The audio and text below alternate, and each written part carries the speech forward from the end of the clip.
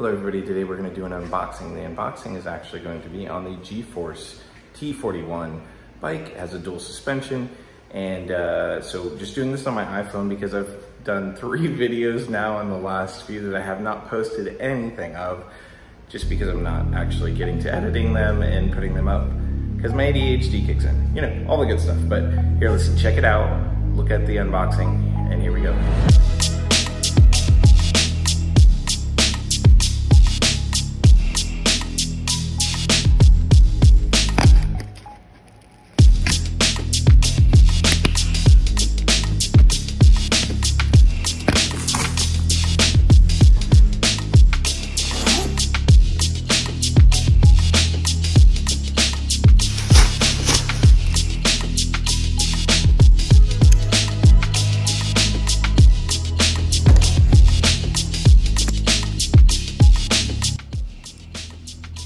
So it appears as if the foam is actually inside of wrapping versus on the bike. So I wonder if the bike is actually very easy to get out of here once we peel back this wrapping layer with the foam on it.